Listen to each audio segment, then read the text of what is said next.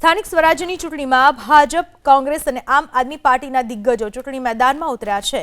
બીજી બાજુ વડોદરા ભાજપે પાયાના કાર્યકર અને ઝેરોક્સની દુકાન ચલાવતા ગોપાલભાઈ ગોહિલને ટિકિટ આપી છે। ગોપાલભાઈ ગોહિલને વોર્ડ નંબર 13માંથી ટિકિટ અપાઈ છે। 2017માં પીએમ મોદીએ મન કી બાત કાર્યક્રમ હેઠળ ગોપાલભાઈ ગોહિલ સાથે ડિજિટલ ઇન્ડિયા અંગે વાતચીત કરી હતી।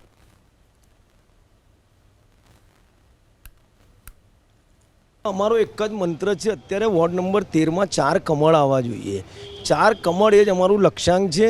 ઘર સંપર્ક, સૌનો સાથ, સૌનો વિકાસ, સૌનો વિશ્વાસ અને સૌના પ્રયાસથી અમારી સાથે જે પેનલ આ વખતે ભારતીય જનતા પાર્ટીએ આપી છે, શૈલેન્દ્રસિંહ બાપુ જમીનથી જોડાયેલા કાર્યકર્તા છે, નિધિબેન પટેલ, નીતિન પટેલના સાથે જમીનથી જોડાયેલા છે, ઘણો ભારતીય જનતા પાર્ટીનો એમના પરિવારને અનુભવ છે। ગીતાબેન મકવાના, ઉમેશભાઈ મકવાનાના વાઇફ છે, જે 35 વર્ષથી ભારતીય જનતા પાર્ટીની નિરંતર સેવા કરે છે।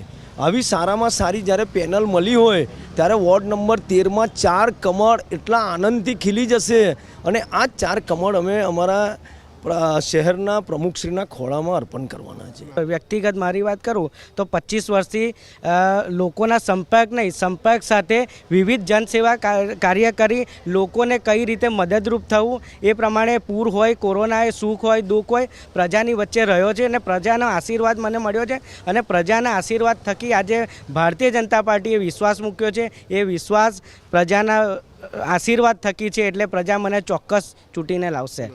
યુવાને એક ટિકિટ મળી છે અને એમની એક્સપિરિયન્સ જે છે, એમના માતા પિતાનો જે એક્સપિરિયન્સ છે, 35 વર્ષથી જે એમને સેવા કરી રહ્યા છે, એ એક્સપિરિયન્સને આગળ રાખીને નવો યુગ, નવી સોચ અને નવું ભારત, એ જ વિકસિત ભારતની પહેચાન છે।